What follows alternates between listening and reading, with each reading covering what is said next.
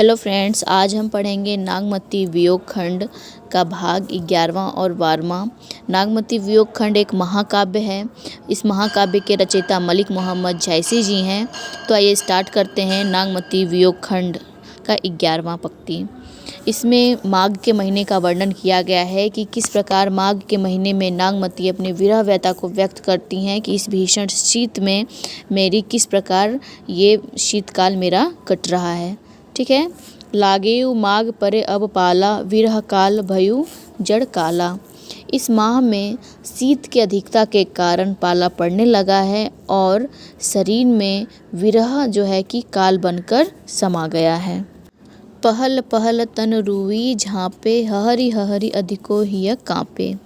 इस भीषण शीत में मेरा विरह रूपी शरीर रुई डालने पर भी इसकी कंपन कम नहीं हो रही है और मेरा हृदय स्थिर नहीं हो रहा है, वह बार बार कंपन कर रहा है। आई सूर होई तपु रे नाहा, तो ही बिनु जाड़ न छूटे महा। ऐसे समय में प्रियतम तुम आकर सूर्य के समान ताप उत्पन्न करो, अन्यथा मेरे शरीर में से माघ के जाड़े का प्रभाव समाप्त नहीं होगा। एहि माह उपजे रसमूली, तू सो भोर मोर जोबन फूली। यह महीना रसमूल के उत्पत्ति के लिए उपयुक्त है, इसलिए मेरा यौवन रूपी पुष्प प्रियतम रूपी भौरे से मिलने के लिए व्याकुल हो रहा है। नैन चुवहि जस मह वट नीरू, तो ही बिनु अंग लाग सर चीरू। माघ में जल के समान मेरे नेत्रों से आंसू बह रहे हैं। हे प्रियतम, तुम्हारे न होने से जल की बूंदें वाण की समान छेद कर रही हैं। टप टप बूंद परही अस ओला, विरह पवन हाय मारे झोला। आँखों से जो विरह की बूंदें गिर रही हैं या विरह रूपी जो आंसू गिर रहे हैं वे ओले के समान टपक रही हैं और उस पर विरह रूपी जो पवन है वह झकोरा मार मार कर अधिक परेशान कर रहा है। के ही क सिंगार को पहिरु पटोरा, ग्यों न हार रही होए डोरा। ऐसी दशा में किसी प्रकार का श्रृंगार करना भी मेरे लिए कठिन हो रहा है। तो मैं कैसे श्रृंगार करूं, कैसे रेशमी वस्त्र को मैं धारण करूं, क्योंकि धागे के समान मेरी पतली गर्दन हो गई है, जिसके कारण हार को भी पहनना मेरे लिए कठिन महसूस हो रहा है। तुम बिनु कांपे धनी हिया, तन तिनौर भा डोल, तेहि पर विरह जराई के चहे उड़ावा झोल।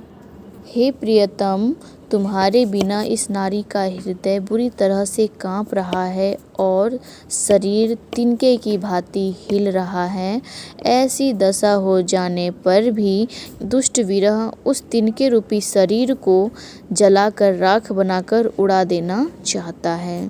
तो हे प्रिय, आप आकर इसकी रक्षा करें। नेक्स्ट है 12वां भाग, जिसमें फागुन के महीने का वर्णन किया गया है कि फागुन का महीना किस प्रकार नागमती के लिए कष्टदायक होता है।